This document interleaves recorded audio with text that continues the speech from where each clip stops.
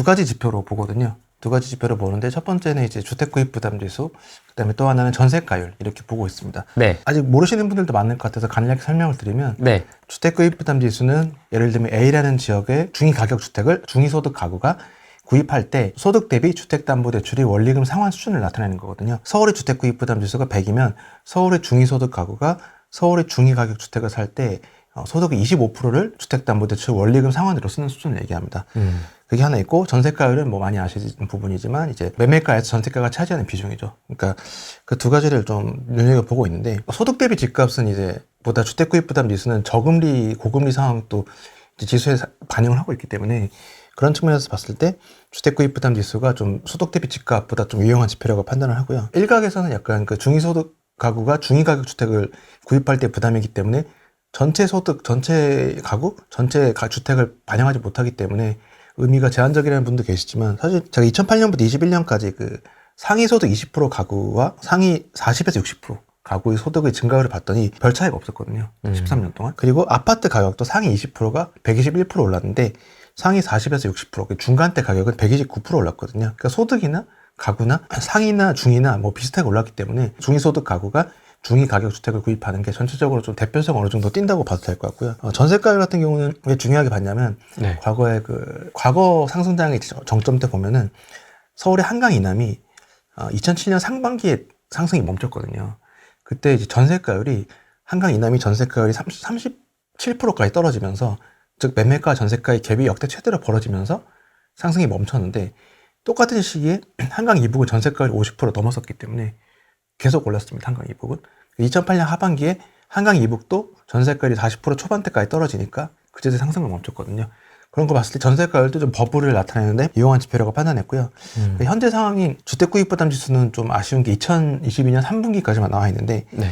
그때 기준으로 했을 때 서울 중위소득 가구가 중위 가격 주택을 살 때 소득의 약 60% 내외를 원리금 상환 수준에 써야 되는 정도고, 과거 전고점 때 41%였거든요. 2008년 2분기가 전고점이었는데 지수에 소득의 41%를 원리금 상환에 쓰는 수준인데 2022년 3분기는 60% 내외를 써야 되기 때문에 압도적으로 많은 돈을 집을 사기 위해서 써야 되는 상황이기 때문에 여전히 좀 고점인 상태, 좀 버블이 많이 아직도 축소되지 않은 큰 상태라고 할 수 있고, 또 하나는 이제 전세가율인데, 전세가율은 올해 1월 기준, 2023년 1월 기준 52%, 서울은 52%입니다. 그러면 과거 중장기 평균이 한 54%이기 때문에 별 차이 없네라고 생각할 수 있지만, 문제는 추세거든요. 2021년 10월부터 2022년 7월까지 서울 전세가율이 54.7%를 오랫동안 유지를 했는데, 그 이후 하반기 8월 9월부터 전세가율이 빠지기 시작하면서 지금은 거의 최근 3개월은 거의 월 1% 가까이 빠지고 있는, 그래서 52%까지 내려앉은 상황이기 때문에 추세가 내려가고 있기 때문에 그런 측면에서 봤을 때 이제 매매가를 지탱해주는, 하방에서 지탱해주는 전세가가 빠지고 있다는 건 아직도 현재로서는 지금 부동산 상황이 일부 좀 반등이 일어나고 있지만 추세적인 상승을 좀 일으키기는 좀 어렵지 않나, 이런 생각이 듭니다. 그럼 전세가 빠진다는 건 월세를 좀 많이 갔다는 얘기인가요? 사실은 지금 전세 매물, 월세 매물 다 많거든요. 소위 말하는 금리 급등 때문에 전세 수요가 월세 수요로 전환되었다고 보기에 월세 매물도 되게 많기 때문에, 그 이유는 결국 수급이 틀어졌다. 저는 이거 임대차 3법이 되돌림 현상이라 생각하는데, 임대차 3법이 2020년 8월부터 시행이 됐는데, 네. 그때부터 계약갱신 청구권을 쓴 매물이 이제 작년 하반기부터 풀려 나온 거죠.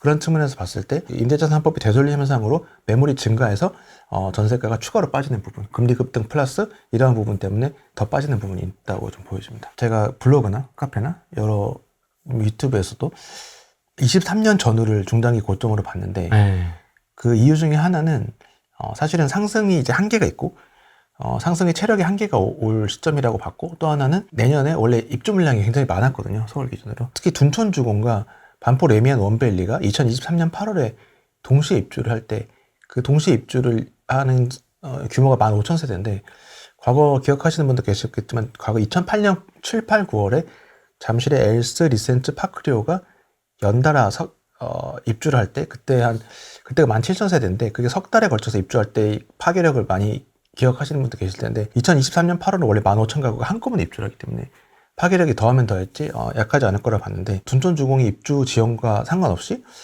두 가지 요소. 사실은 첫 번째는 제가 2021년이 여러 가지 수요가 늘고 공급이 줄고 유동성이 강화돼서 21년이 많이 오를 거라고 여기저기서 떠들었지만, 제가 많이 오를 거라고 생각한 이상으로 올라버렸고, 그러면서 이제 가계 수요가 따라갈 수 있는 인계치가 좀 더 당겨지는 측면이 하나 있었고 네. 또 하나는 2022년에 예상치 못한 그 러시아 우크라이나 전쟁으로 글로벌 인플레이션이 심화돼서 금리가 급등하면서 인계치를 더 확 잡아당긴 그러한 부분 때문에 제 예상했던 변곡점보다 변곡점이 좀 빨리 왔다.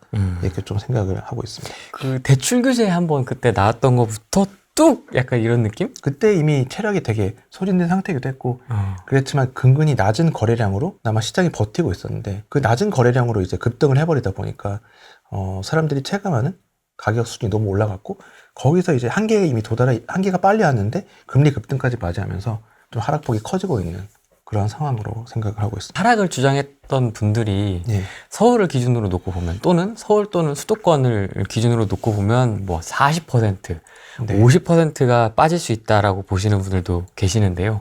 서울 집값 향후 좀 어떤 흐름을 보일 거라고 보세요? 1.3 대책 때 규제가 많이 완화되면서 네. 약간 반등하고 있다 보여지는데 뭐 그 반등이 모든 지역에서 반등하고 있는 건 아니지만 주요 지역 특히 낙폭이 컸던 데는 반등을 하고 있다고 보여지는데요. 저는 이게 추세적인 상승 전환으로 보기 어려웠다고 본 이유는 아까 말씀드린 것처럼 여전히 주택구입임대주세가 높다. 결국은 금리도 조금씩 시중금리는 빠지고 있는데 그렇다 해도 과거에 비하면 금리가 높은 상태고 그런 측면에서 봤을 때 주택을 구입하는 부담지수 여전히 높고 특히 중요한 건 전세가율이 하락 추세라는 걸 말씀드렸는데 2021년에 주택구입 부담지수 전고점을 돌파한 게 20년 하반기거든요. 그 말인즉슨 실수요가에 따라붙기에는 20년 하반기부터는 좀 어려워지기 시작했는데 그러다 보니까 21년에 어떤 일이 벌어졌냐면 서울 기준으로 갭 투자 비율이 많이 늘어났습니다. 2017년부터 20년까지 서울의 갭 투자 비율이 약 25% 내외를 왔다 갔다 하다가 네. 21년이 되자 갭 투자 비율이 40%대로 올라서거든요. 근데 이제 21년에서 23년, 2년 뒤에는 그러니까 21년에 갭 투자했던 분들 상당수가 상당히 많이 임대차 3법 때문에 많이 급등한 전세가를 바탕으로 갭 투자에 나섰을 거예요. 근데 23년에는 이제 그 21년의 전세가가 낮아질 가능성이 높기 때문에 그런 측면에서 봤을 때 역전세 현상이 좀 23년에 심화될 수 있고 그러한 부분이 또 하방 압력으로 작용할 수 있기 때문에 현재의 반등이 좀 추세적인 상승 전환으로 진입하기에는 좀 어렵지 않나라는 생각을 하고 있습니다. 나왔던 게 다시 조금 들어가기도 하고 예. 호가를 조금 이렇게 높이시는 분들도 좀 보이는 것 있습니다. 같고요. 네네. 네, 그 매매가도 그렇고 전세가도 좀 이렇게 올려서 네. 하시는 분들도 1월 3일 이후에 좀 그런 것들이 좀 보이긴 하거든요. 뭐 그런 부분이 있는데 사실은 이제 방금 말씀드린 것처럼 이제 역전세에 따른 이제 21년에 갭 투자했던 분들이 좀 역전세를 맞이했을 때 일부 좀 견디지 못할 수 있는 분들, 매물로 출회될 수 있는 부분들이 하나 있고 또 하나는 둔촌주공은 피했지만 23년 11월에는 이때 개포주공 1단지가 또 입주를 하거든요. 2018년 12월 헬리오시티 이후에 때 오랜만에 맞이하는 굉장히 큰 단지가 입주를 하기 때문에 그런 부분을 봤을 때 23년에는 전세가 자체가 크게 반등하거나 그러긴 좀 어려운 환경이다. 좀 이렇게 보여집니다. 데드캣 바운스다. 네. 아니다. 이제 다시 바닥을 다지고 올라가는 거다. 이렇게 좀 엇갈리는 상황이더라고요. 지금 방금 말씀드린 이유들 때문에 저는 이제 이 반등이 좀 장기간 지속되기 어렵지 않나 생각을 하고요. 그런 측면에서 봤을 때 이걸 기회라고 보고 매수하는 건 좀 리스크가 있지 않나 이렇게 생각을 합니다. 그럼 언제쯤 사는 게 좋습니까? 제가 생각하는 가장 큰 하방 압력은 3기 신도시 입주 때라고 생각하거든요. 그게 좀 입주가 돼서 좀 충분히 조정이 겪은 다음에 진정한 가격 매립대가 생긴다고 생각하고 있어서 네. 그 전까지는 매수하는 것이 좀 리스크가 있지 않나 이렇게 생각을 합니다. 그러면 3기 신도시까지 입주면 좀 더 남았거든요, 한참. 사실 남았죠. 그래서 사실은 집을 살 때 이제 예를 들면 전셋값이 낮으면 소위 말하는 그 임차 비용이 낮으면 집을 살 뭐라 그럴까요? 동기가 유인이 좀 줄어들잖아요. 전세가 같은 경우도 23년, 24년이 좀 하향 안정화될 가능성이 높다고 본 이유가 아까 말씀드린 이유 외에도 서울 기준으로 계속 말씀을 드리는데 서울이 전세값과 서울이 입주 물량이 아니라 서울이 전세값은 수도권 아파트 입주 물량 증감과 밀접한 음의 상관관계가 있는 것을 확인했거든요. 네. 그러니까 둘이 반대로 논다는 거죠. 수도권 입주 물량이 많으면 서울 전세값이 약세를 보이고 수도권 입주 물량이 적으면 서울 전세값이 강세를 보여왔던 게 최근 10년간 보여줬던 모습인데 수도권 입주 물량을 전망해 볼 때 이제 수도권 아파트 착공 물량을 보니까 2018년에 약 18만 원이었거든요. 2019년에 21만 9천 호, 2020년에도 21만 9천 호였는데 2021년에는 23만 6천 호로 증가하거든요. 3년 뒤에 입주한다고 봤을 때는 2023년 4년으로 갈수록 수도권 아파트 입주 물량이 늘어나는 거죠. 그런 거 봤을 때는 23, 4년에 전세값이 좀 하향 안정화될 가능성이 높지 않나 좀 이렇게 판단을 하고 있기 때문에 전세값이 하향 안정화된다면 그 무주택자분들이 집을 살 그러한 욕구가 감소되기 마련이니까 임차 비용이 낮으니까 그리고 나서 제가 예상하는 26, 7년경부터 신도시 3기 신도시 입주를 시작하지 않나 같은데 그때쯤이 오히려 역으로 이제 주택을 구입하기 가장 매수할 호기가 아닌가, 좋은 타이밍이 아닌가 그렇게 생각합니다. 꽤 남았습니다. 네. 올해 23년이면 그래도 아직 3, 4년은 좀 더 조정받을 여지가 있네요. 뭐 글로벌 인플레이션 심화 때문에 건축 자재들이 엄청 원가가 올라서 네. 22년에 착공이 갑자기 급감했거든요. 그 말인즉슨 25년에는 이제 전세가가 상방 압력을 받을, 입주 물량이 급감할 것이기 때문에 25년에 전세값이 상방 압력을 받을 가능성이 높은데, 그리고 나서 26, 7년에 3기 신도시가 입주를 시작하면 다시 이제 전세값이 주저앉을 수 있기 때문에 그런 측면에서 봤을 때는 좀 더 기다리는 게, 확률 차원에서는 기다리시는 게 또 괜찮은 방법이라고 생각을 합니다. 그럼 26, 7년 정도라고 보면 그때 전세가가 상당히 주저앉는다고 말씀하셨잖아요. 네. 그럼 그때 전세를 선택할 가능성이 매우 높겠는데요? 일반적으로 이 하락에 젖어 있다 보면. 그렇죠. 그러다 보니까 그러니까 하락의 좀 비중이 높아질 테고, 그런 측면에서 봤을 때 이제 심리가 바닥일 때 역으로 매수 기회라고 보는 이유 중 하나는, 또 하나는 27년에 대선이 있거든요. 제 얘기대로 많이 시장이 흘러간다면 27년엔 제 생각엔 모든 주요 대선 후보들이 부양책을 갖고 나오지 않을까, 공약으로. 그런 측면에서 봤을 때 심리 반등이 시작되면 다시 이제 그때가 바닥이, 오히려 역으로 바닥이 될 가능성이 높다고 그렇게 생각하고 있습니다. 지금 뭐 갈아타기가 되게 좋은 시기다라고 얘기하시는 분들도 네. 블로그에 많이 있습니다. 여력이 되는 선에서 갈아타는 건 말리진 않거든요. 다만 이제 갈아타기 좋은 시기와 갈아타기 나쁜 시기가 사실 있는데, 늘 갈아타기 좋은 시기는 아니라고 생각하는데, 그 이유는 상급지인 이유는 상승장 때 워낙 하급지, 중급지, 하급지보다 많이 치고 올라서 그렇지, 하락장 때는 상급지도 많이 떨어지거든요. 실제 그 과거 사례를 보니까, 과거 수도권 하락장이 두 차례, 91년부터 95년, 그 2009년부터 13년 두 차례 있었을 때 보면은 상급지가 중급지, 하급지보다 하락률이 조금 더 높았습니다. 그런데 상승장 때 워낙 상급지가 더 치고 그러니까 누적으로 상급지가 더 많이 올라서 상급지인 거거든요. 그걸 곰곰이 생각해요. 하락장 때는 상급지가 조금 더 빠져? 그렇다면 하락장 때는 갈아타면 안 되겠네라는 얘기가 되거든요. 상급지가 조금 더 빠지기 때문에. 특히 하락장 초입 또는 상승장 막바지 때는 갈아타면 위험하다는 얘기가 되는데, 이번엔 조금 다른 이유는 2019년 12월에 15억 이상 주택의 대출이 금지되면서 상급지 상승폭이 중급지, 하급지보다 낮아졌거든요. 즉 직전 상승장에서는 상급지와 중급지, 하급지 상승률 차이가 별로 없었기 때문에 하락장에서도 상급지가 초과 하락하진 않을 거라고 보여집니다. 15억 이상 주택 대출 금지가 상급지 버블을 좀 약간 덜 키운 그런 효과가 있었던 셈이죠. 그런 측면에서 봤을 때 갈아타기는 이번 하락장 때 상급지가 초과 하락할 가능성이 낮다고 보기 때문에, 갈아타는 걸, 상급지를 갈아타는 걸 말리진 않지만, 한 가지 조심해야 될 건, 저는 이제 뭐 경기도도 넓기 때문에 뭐 특정 지역마다 다르겠지만, 경기도 전체를 보면 서울보다 전세가율이 10% 이상 높습니다. 그러니까 그 말인즉슨 하방 압력을 견디는 힘이 이번 같은 경우는 경기도가 더 있다는 거거든요.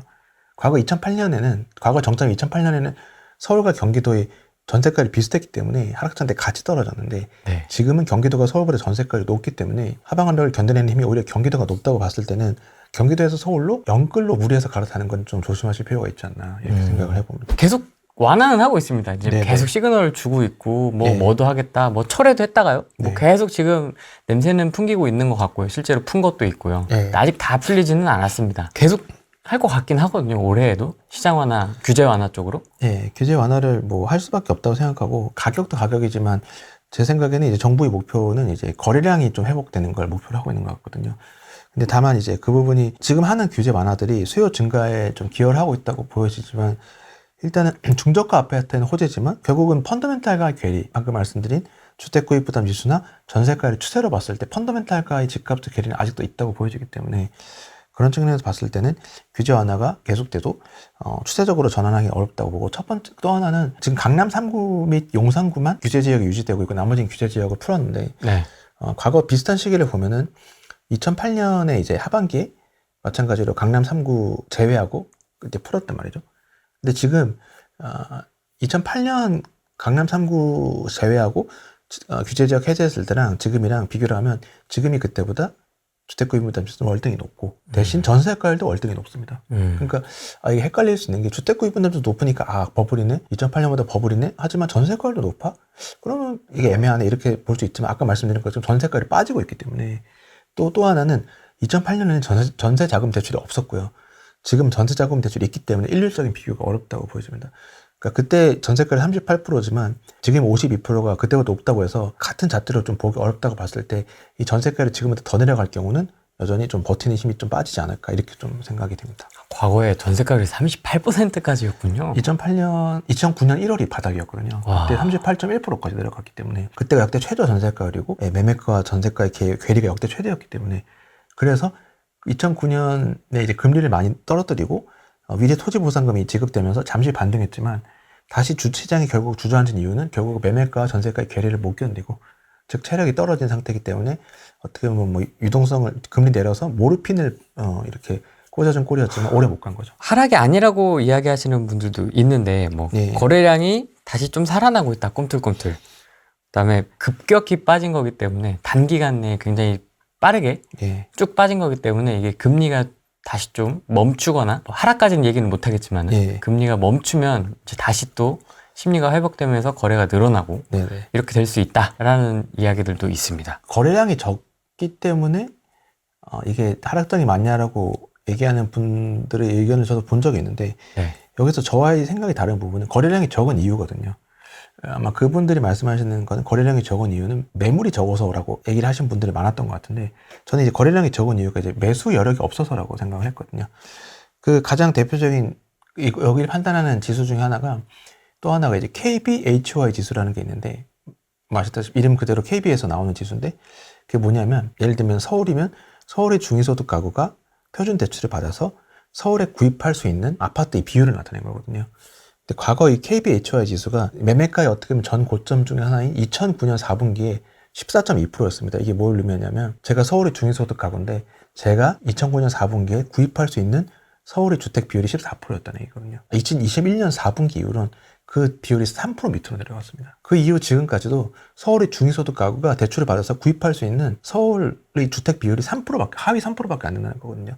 그렇게 봤을 때 보통은 집을 안 살 수가 없는 거죠. 100채가 있는데 가장 하위 3%를 세 채를 사기 위해서 중위소득 가구가 돈을 낼 것인가 라고 봤을 때 그런 가능성이 낮다고 보여진다면 그런 부분 때문에 이제 거래량이 적었던 거고 이러한 부분이 서울의 중위소득 가구가 살 수 있는 집의 비율이 좀 늘어나지 않는 한 그런 부분 때문에 이제 거래량이 적은 부분도 회복이 안 되는 것이고 그 전까지 회복이 안 되고 그 반등도 유의미한 반등은 아직까지 멀었다고 생각하는 게 이런 이유들 때문입니다. 금리가 좀 멈추고 나면 네. 이게 수도권은 그렇지만은 네네. 지방 쪽은 좀 온기가 돌 것이다라는 얘기도 있는데 어떻게 좀 보십니까?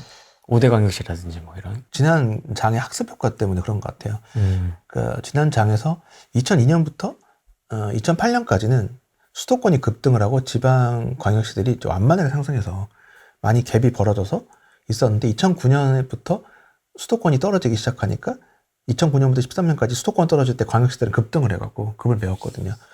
갭을 메웠는데 이번에 좀 다른 게 이번 상승장에서도 수도권이 먼저 오르긴 했지만 네. 2019년 이후부터는 지방도 유동성 때문에 그 갭을 메우듯이 빨리 올라서 결국은 지난 상승장과 다르게 이번 상승장은 수도권도 지방도 같이 올랐거든요. 규제를 막아서 오른 겁니까? 아니면 유동성 때문에 올라간 겁니까?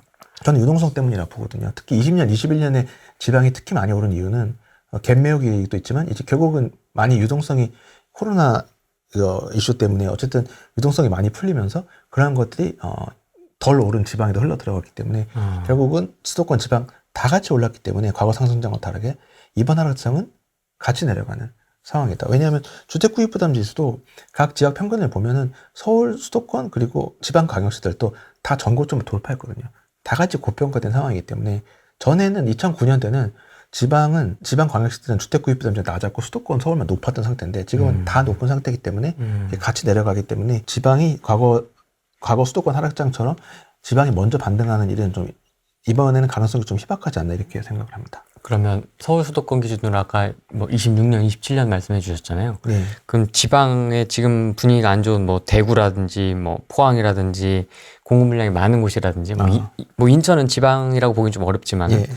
그런 이제 투자자들이 주로 이제 관심 있는 주요 지역들 지방 관점에서요. 네. 어떤 식으로 좀 접근하면 좋을까요? 언제? 지방 광역시들을 보면은 수도권과 차이가 하나 있는 게 뭐냐면 예.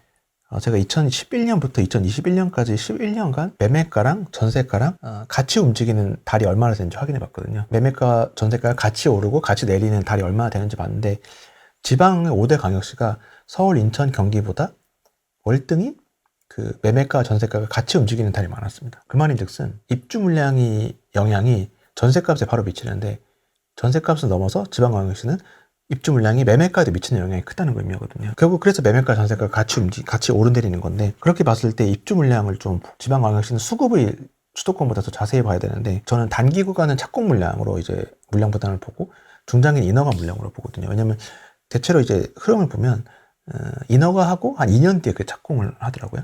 그렇게 했을 때 그 인허가 착공 이 물량을 다 종합해 보면 현재로서는 부산은 24년부터 26년까지 입주 물량이 줄어들 것으로 보이고, 광주는 24년 이후 상당 기간 입주 물량이 적을 것으로 예상이 됩니다. 다만 아까 말씀드린 것처럼 주택구입 부담 지수 기준으로 봤을 때는 모든 광역시가 전고점을 돌파한 상태이기 때문에 이게 좀 내려와서 좀 가격 메리트가 생긴 다음에 이제 입주 물량 감소와 이제 만나게 되면 이 상승 탄력을 많이 받게 될 것 같고요. 굉장히 주택구입 부담 지수가 높은 상태로 공급 부족을 맞이하면 그 별 영향이 없을 수 있다. 따라서 부산과 광주 같은 경우 24년 이후는 입주 물량 감소가 예상되지만 그 전에 충분한 그 조정이 이루어지는지를 좀 확인할 필요가 있을 것 같고요. 대구와 대전은 인허가가 여전히 많습니다. 보통 하락장 때는 인허가가 주는데 대구와 대전 인허가가 아직도 많이 되고 있거든요. 인허가가 많다는 건 결국은 중장기적 미래에 대한 착공 물량으로 이어질 잠재 공급 물량이 많다는 거기 때문에 그런 측면에서 봤을 때는 대구, 대전의 중장기 공급 부담이 좀 여전하다. 이렇게 좀 판단이 됩니다. 그리고 또 대전 같은 경우는 특히 많이 올랐지 않습니까? 단기간에? 주택 구입 부담 지수 기준으로는 대전이 광역시 중에 가장 각 지역별 평균 대비 초과 정도가 대전이 제일 높거든요. 그러니까 그런 부분은 좀 거기에다 인허가 물량도 많기 때문에 좀 물량 부담이 좀 당분간 있지 않을까. 특히 21년에 보통 대전의 연평균 착공 물량이 약 10,000호 정도거든요. 10,000호 정도인데 21년에 2만 호를 착공했거든요. 갑자기 2배로 뛰거든요. 24년 전후에서 입주로 이어진다고 봤을 때는 대전이 또 약간 또 다른 물량의 좀 부담을 좀 안게 되는 시기가 좀 얼마 남지 않은 상황이라고 좀 보여집니다. 좋은 얘기가 하나도 없네요. 지금 저는 당분간은 그만큼 길게 상승해 왔고, 그런 측면에서 사실은 이 일정한 조정을 겪지 않으면 다시 온전한 상승장의 전환이 어렵다고 보기 때문에 일정한 조정은 좀 필요하지 않나 좀 이렇게 생각합니다. 삼토시님은 금리를 좀 어떻게 보십니까? 이제 금리에 대한 해석도 좀 네네. 다들 다르지 않습니까? 저금리가 집값 상승의 호재라면 고금리는 악재라는 입장을 계속 얘기를 해왔었고요. 사실 지금은 그런 의견이 많이 사그라들었지만 금리 인상이 뭐 집값과 별 상관이 없다라고 주장하는 의견들이 있었고, 그 의견들이 가장 근거가 됐던 게 2005년 9월부터 2008년 9월까지 우리나라 기준금리가 3.25%에서 5.25%로 올랐거든요.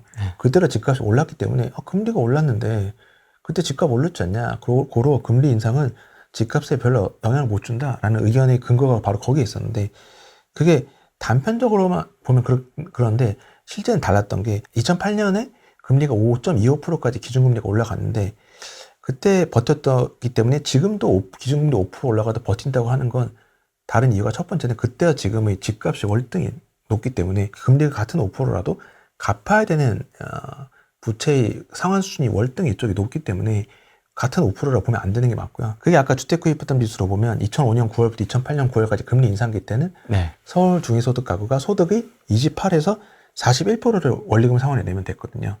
근데 지금은 아까 말씀드린 것처럼 거의 60% 내외를 내야 되기 때문에 그때의 금리 인상과 지금의 금리 인상은 굉장히 받아들여진 압력의 크기가 다른 거거든요. 그런 측면에서 봤을 때는 단순히 금리만 볼 게 아니라 이 금리와 집값, 소득을 봤을 때 소득이 얼마를 이자로 내야 되는지 그런 부분까지 확인한 다음에 금리가 이게 이 정도면 버틸 수 있는 없는지를 좀 전체적으로 파악할 수 있다 이렇게 생각을 합니다. 삼토시님은 그러면 어떻게 좀 대비를 하셨어요? 미리미리?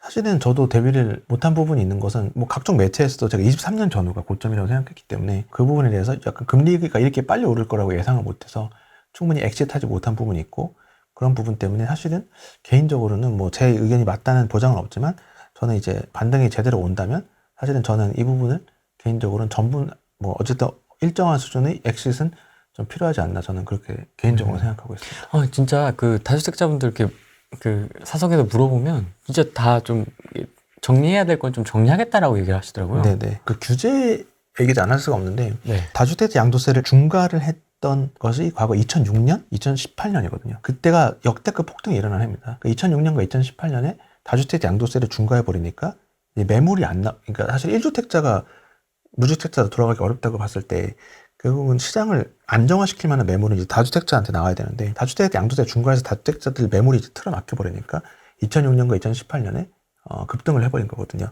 사실 그때 2018년 같은 경우도 2017년보다 기준금리는 좀 더 올랐고 대출도 오히려 줄었고 입주 물량은 2018년, 27년보다 많은데 네. 2018년이 급등해버린 건 이제 다주택자 양도세 중과에 따른 매매 유통 매물 감소 외에는 설명할 길이 없는데 반대로 다주택자 양도세 중과를 풀어줬을 때 그러니까 어떤 일이 일어났냐 2009년과 2022년이거든요. 다주택자 양도세 중과를 유예해버리니까 두 시기 모두 다 하락이 시작된 결국은 다주택자들이 매물을 토해낸 상황이 이제 발생한 거죠. 따라서 지금 어쨌든 다주택자 양도세 중과가 유예가 계속되고 있다는 감안하면 매물이 나올 창구는 계속 열려있기 때문에 통로는 열려있기 때문에 그런 측면에서도 좀 약간 상승에 배팅하는 분들도 계시겠지만 이 기회를 통해서 엑짓하려는 분들도 있기 때문에 좀 매물이 유의미하게 감소하기 쉽지 않을 것으로 좀 생각합니다. 그러면 지금 아직은 안 내놓겠지만은 규제의 측면에서 어떤 포인트까지 좀 완화가 되면 다주택자들이 좀 더 매물을 적극적으로 내놓을까요? 각자 생각하는 게 워낙 다를 텐데 네. 일단은 지금 취득세가 완화돼도 아직도 높은 편이거든요. 추가 취득의 부담을 느끼기 때문에 오히려 약간 그 부분은 약간 이번 관등 기회를 통해서 뭐 다주택자분들이 모두 그러시지 않겠지만 일부라도 이번에 좀 약간 정리를 할 필요가 있다 했을 때는 매물이 좀 여전히 좀 많은 상태가 좀 지속되지 않을까 좀 이렇게 생각을 해봅니다. 작년에 사신 분도 있고요. 재작년 고점에 사신 분도 있고요. 네. 영끌에서 지금 힘드신 분들도 있습니다. 네. 이런 분들에게는 좀 어떻게 조언을 해주세요? 워낙 손실이 크다면 어쩔 수 없고요. 어쩔 수 없다는 게 이제 버티는 여력이 된다면 버티는 게 맞는 것 같고 하락폭이 막 엄청나게 크지 않다면 저는 이번 반등 시에 좀 정리하는 게 필요하지 않나 그렇게 조언하고 있습니다. 왜냐하면 저는 이제 아까 말씀드린 것처럼 찐바닥은 이제 26, 7년에 3기 신도시가 입주를 시작하면 그때가 찐바닥이 아닐까 예상하고 있기 때문에 그때 기회를 잡는 게 낫지 않나 그런 입장이고요. 물론 그런 부분도 리스크가 있죠. 그 전까지 그게 찐바닥이 아니라면 대세 상승장으로 전환해버리면 어떡하냐라는 리스크는 분명히 있습니다. 근데 제가 이렇게 말씀드린 이유는 사실은 서울 부동산의 중장기 하락장은 늘 신도시 입주 때랑 그 시기가 일치했거든요. 91년부터 95년까지 하락할 때는 1기 신도시 91년부터 입주할 때랑 겹쳤고 2009년부터 13년까지 하락할 때는 2009년 판교, 2011년 광교 입주하면서 서울이 그 버블이 꺼졌던 경험이 있는데 신도시라는 게 그런 이유가 왜 그러냐면 신도시는 예를 들면 서울 집값 잡기 위해서 신도시가 발표를 되는데 아이러니한 것은 신도시가 발표되고 이제 신도시 조성을 위해서 토지보상금이 풀리면서 그게 부동산 시장에 유입돼서 서울이 버블을 안 그래도 오르고 있던 걸 기름을 끼얹은 그래서 이제 버블을 더 키웠다가 이제 버블이 더 커지면 이제 약간의 충격에도 꺼질 수 있는데 버블을 더 키워버렸다가 이제 입주하면서 버블을 꺼뜨려버리는 그 경창도 일으켜버리는 게 신도시 계속된 역사인데 3기 신도시도 마찬가지로 2020년, 21년부터 22년에 걸쳐서 특히 21년부터 이제 토지보상금이 본격적으로 풀렸거든요. 코로나 이슈에다가 3기 신도시 토지보상금이 풀리면서 21년에 급등이 일조한 셈인데 버블을 더 키워버린 거죠. 그런 상황에서 26, 7년에 시작을 된다면 많은 타격이 있을 것으로 보고 있고 많은 분들이 3기 신도시가 서울에 영향을 못 줄 거다라는 의견이 있지만 아까 방금 말씀드린 그러한 이유 때문에 영향 안 줄 수가 없다고 보여지고 또 방금 말씀드린 것처럼 수도권 아파트 입주 물량과 서울 전세값이 상관관계가 되게 높거든요. 결국은 3기 신도시 입주 물량이 늘면 서울에도 분명 영향을 준다는 게 과거의 사례들에서 모두 나와 있기 때문에 3기 신도시가 입주하면 서울이 전세값부터 굉장히 하방 압력을 줄 수 있고 그것이 매매가에 영향을 미치지 않을까. 그래서 좀 긴 기다림이 되겠지만 혹시 여력이 돼서 기다릴 수 있는 분들은 그때까지 기다리는 것도 괜찮겠다 보여지고요. 또한 3기 신도시가 그래서 그런 측면에서 봤을 때 과연 올해부터 착공하냐 그게 굉장히 중요한 관전 포인트라고 생각합니다. 며칠 전에 한 4, 5일 전에 국토교통부가 발표를 했는데 인천 계양과 하남 교사는 토지보상이 끝났고 남양주 왕숙과 부천 대장은 한 90% 가까이 이제 토지보상 완료됐고 고양 창릉이 한 50% 정도 됐거든요. 근데 올해 상반기에 내가 토지보상 완료하고 하반기부터 3분기에는 이제 부지 조성 공사를 어느 정도 하고 그다음에 착공을 시작하겠다고 얘기를 하고 있습니다. 실제 올해 착공이 되는지 여부가 굉장히 올해 만약 착공을 시작한다 그러면 정말 제 얘기대로 26, 7년부터 입주를 시작할 수 있거든요. 그런 측면에서 실제 착공 여부를 좀 보고 판단하시는 것도 괜찮을 것 같습니다. 20년, 21년에는 3기 신도시를 그렇게 신경 쓰지 않았었거든요, 저는. 얘기를 들으면서도. 뭐, 계속 폭등하는데 뭐. 이랬는데 지금 생각해보니까. 왜냐하면 많은 언론에서도 막 이게 지연될 것이다, 잘 안 될 것이다, 뭐 이런 얘기들이 많고 실제 그런 의견도 많은 분들이 하셨지만 저는 토지 보상의 진척 상황을 계속 체크하고 있었거든요. 토지 보상의 진척 상황을 보니 과거 특히 2기 신도시가 많이 늦었는데 과거 2기 신도시 하던 것보다 굉장히 토지 보상이 빠르다는 걸 계속 제가 업데이트를 하고 있었고 그런 측면에서 봤을 때 현재 이미 두 군데가 토지 보상이 끝났고 나머지도 뭐 부천대장, 뭐 남양주 왕석 거의 90% 됐고 이런 상황을 봤을 때 진척이 굉장히 빠르게 되고 있기 때문에 그런 측면에서 봤을 때 26, 7년 입주 가능성이 좀 높아지고 있고 이제 실제 입주 여부는 올해 하반기부터 착공할지 그걸 좀 눈여겨보시고 만약 착공을 한다 그러면 26, 7년에 정말 입주를 시작하겠네 그러면 그때까지 기다려도 괜찮지 않을까 이런 판단을 해볼 수 있을 것 같습니다. 조정을 많이 받았지 않습니까? 네. 그럼 여기서 찐바닥까지는 얼마나 더 떨어져야 되는 겁니까? 사실은 그 부분은 뭐 폭까지는 제가 말씀드리기 어려울 것 같고요. 현재는 매매가 전세가가 좀 많이 좀 뭐라 그럴까요? 동조화될 가능성이 높다고 보여지고 그런 측면에서 봤을 때 전세가 향방이 굉장히 중요한데 23, 4년은 수도권 입주 물량이 많기 때문에 좀 하향 안정화되고 25년은 입주 물량이 오히려 줄기 때문에 상방 압력을 받을 것으로 보여지지만 26, 7년이 좀 상기 신도시 입주를 시작한다면 그때는 전세가 매매가 모두 좀 약세를 보이지 않을까 개인적으로 이렇게 생각합니다. 원리금에 역전세 막 네. 세입자 명품백 사주면서 막 붙잡고 있고 뭐 역월세도 지금 경우도 있고 네 그러고 있거든요. 제 기준으로 말씀을 드릴 수밖에 없는데 네. 오늘 계속 말씀드리는 부분은 지금 반등이 확실히 진행되고 있지만 이 반등이 좀 추세적인 상승 전환이 어렵다고 연결되는 것이 어렵다고 본다면 이번 반등 때 어느 정도는 약간이라도 몸집을 줄이는 건 좀 필요하지 않나 저는 그렇게 생각을 하고 있습니다. 다만 몸집을 줄이더라도 어떤 주택을 중심으로 줄이는 게 맞나 했을 때 사실은 하락장에서는 가장 취약한 그 하방 압력을 가장 많이 받는 곳이 전세가율이 낮은 곳이거든요. 전세가율이 낮은 곳 왜냐하면 전세가율이 낮으면 아무래도 매매가를 밑에서 지탱해주는 힘이 약하다는 것이기 때문에 전세가율이 낮은 특히 하락장에서 재건축 단지들이 기축 단지보다 하락률이 높았던 이유도 전세가율이 낮아서 그런 거거든요. 그런 측면에서 봤을 땐 좀 몸집을 줄일 때도 전세가율이 낮은 쪽을 좀 더 중점적으로 줄이는 게 맞다고 보여지고 앞으로의 좀 하락폭을 감안했을 때는 전세가율이 높다면 상대적으로 버티는 힘이 있기 때문에 전세가율이 낮은 것부터 조금이라도 몸집을 줄이시는 게 낫지 않나 저는 그렇게 생각합니다. 전세가 낮은 거 하니까 생각나는 거는 재개발 재건축 같은 거 들고 계신 분들도 맞습니다. 왜냐하면 사실은 과거 하락장 때 보면은 특정 단지 이름을 거론해 죄송하지만 과거 하락장 때는 음마아파트 같은 재건축 단지들이 더 많이 빠져 기축보다 더 많이 기축은 한 2009년부터 13년까지 한 20% 빠졌다면 재건축은 한 30-40% 빠졌거든요. 결국은 전세가율이 낮기 때문에 버티는 힘이 약하고 그런 측면에서 봤을 때는 사실은 재건축 단지들은 미래 호재를 먹고 사는 단지인데 그게 상승장 때는 그런 호재가 바로바로 가격에 반영이 되지만 하락장에서 이제 그런 호재에 대한 사람들이 관심이 줄어들고 이제 오로지 버티는 힘에 관심이 집중되는데 그 버티는 힘 자체가 약하다 보니까 좀 그런 전세가율이 낮은 재건축 단지나 그런 지역들은 좀 하락장에서 힘을 더 못 쓸 상황이 될 것으로 보고 가능하다면 그런 단지들부터 좀 처분하는 게 좋겠습니다. 다만 이제 한 가지 눈여겨봐야 될 건 현재의 정부와 현재의 서울시 조합이거든요. 보수 정권과 보수 당이 서울시까지 잡은 경우, 그러니까 정권과 서울시를 다 잡은 보수당이 다 잡은 경우가 그렇게 많지는 않았습니다. 그러면 무슨 일이 일어나냐면 이제 약간 공급 확대기죠. 또는 재건축 재개발 규제 완화 기조를 이제 아무래도 진보 쪽보단 더 이제 활성화시킬 가능성이 높은데 네. 사실 이런 하락장 때는 주택 정비 사업에 대한 추진 욕구가 많이 사라지지만 바로 이런 정치 지형에서 속도를 빼지 않으면 안 될 거라고 생각하거든요. 따라서 뭐 하락장 속에서도 약간 진도를 확 빼는 단지들, 영리하게 진도를 확 빼는 단지들은 상대적으로 다음 상승장 때 신축으로 전환이 되면서 상승장의 과실을 누릴 수 있는 단지들이 될 것이기 때문에 그 재건축 단지들 중에서도 뭐 굉장히 속도를 빨리 내는 단지들이 있다면 그러한 단지들을 좀은 눈여겨보실 필요가 있을 것 같습니다. 부동산 쪽은 이렇게 꽉 깝깝한데 네. 삼토시님은 재테크 어떻게 하고 계세요? 저는 본업에 충실하고 저 직장인이거든요. 그래서 지금은 본업에 충실하고 있고요. 약간은 그런 것 같아요. 상승장 때는 이제 자본이익이 확대 치중을 하더라도 이런 하락장 때는 노동 가치에 치중하는 원화채굴. 네네 열심히 일해서 그런 게 뭐 사실은 뭐 어느 쪽으로든 뭐 자본으로 돈을 벌든 노동으로 돈을 벌든 그때 시대에 맞춰서 알맞은 형태가 있다고 보여지기 때문에 저는 지금은 실물 자산으로는 이렇게 좀 약간 리스크가 있는 시대가 아닌가. 금리가 좀 떨어지기 시작해야 그때부터 기회를 모색하지 지금은 실물 자산은 좀 조심하는 것이 맞다고 생각합니다. 새로 스마트 스토어라든지 구매 대행이라든지 뭐 이렇게 막 원화채굴을 추가로 하기 위해서 왜냐면 이자를 갚아야 되기 때문에 네네. 이렇게 좀 새롭게 판을 벌리시는 분들도 있는데 삼토시님은 그런 스타일은 아니시네요. 네네. 저는 뭐 사실 저도 회사 자체가 좀 늦게 끝나는 편이라 사실은 관심보다는 여력이 없는 그런 측면도 있고요. 아니면 연봉이 빵빵. 뭐 그렇지는 잘 모르겠습니다. 현재가 어려운 시기인 건 맞고, 네.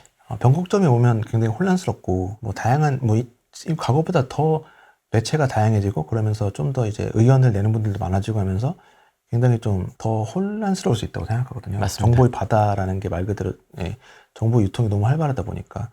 다만 제 생각은 이럴 때일수록 유연성을 갖춰야 된다고 생각하고요. 계속 과거부터 한쪽 이야기만 하는 경우는 저는 좀 약간 지양해야 된다고 생각하거든요. 계속 뭐 이런 말 좀 계속 오른다고 얘기하거나 계속 떨어진다고 얘기하거나 그렇게 얘기를 했다는 건 사실은 약간 확증 편향에 걸릴 수 있다고 보거든요. 계속 오른다고 생각하는 분들은 약간 오르는 쪽의 정보를 좀 섭취하는 경향이 있을 수 있고, 내린다고 생각하는 분은 계속 부정적인 내용만 섭취하게 될 경향이 있는데, 네. 이런 변곡점일수록 결국 판단을 하려면 약간 양쪽 이야기를 다 들어보고 자기만의 판단을 좀 정립해야 될 것 같다고 생각하고요. 좀 더 객관적인 입장에 있는 서는 게 중요하다고 생각합니다. 한쪽 입장에 치우치는 경우는 좀 지양하는 필요가 있지 않나 이렇게 생각합니다. 폭등약 때는 부동산 스터디 카페에 가면 막 현금은 쓰레기다 막 이런 글이 어마어마하게 많았지 않습니까? 투자 나 어디 샀다 뭐 샀다 막 이런. 사실 뭐 그렇죠. 그게 이제 아이러니했던 건 현금이 가치가 계속 하락하는 건 맞지만 통화량이 계속 풀리니까 실물 자산도 오를 수밖에 없다는 건 맞지만, 통화량이 풀리는 것보다 실물 자산이 더 올라버리면 그건 버블이거든요. 그것이 과거 몇 년 동안, 최근 특히 2, 3년 동안, 20년, 21년은 특히 뭐 돈이 풀리는 양이나 속도보다 집값이 훨씬 빨리 올랐기 때문에 그것 자체가 버블이었다고 보기 때문에, 너무 한 가지 의견, 뭐 집은 반드시 사는 게 좋아, 또는 실거주라면 언제라도 사는 게 좋아, 또는 아까 말씀드린 것처럼 상급지는 언제라도 가는 게 좋아, 이런 부분은 그런 명제에 대해서도 한 번쯤 의심을 하고 좀 더 다양하게 좀 이런저런 생각거리를 좀 수집해서 결정하시는 게 좋을 것 같습니다. 변곡점 어렵네요. 이런 시장을 저희가 맞이하게 될 줄은 정말 저는 몰랐는데. 사실 저도 걱정입니다. 사실 저도 계속 지금 일시적인 반등일 가능성이 높다고 얘기하지만 이것이 사실 제 의견이 틀릴 수도 있는 부분이기 때문에 저도 계속 관찰을 하고 좀 배워 나가야 될 것 같습니다. 알겠습니다. 오늘은 여기까지 하겠습니다. 고맙습니다. 감사합니다.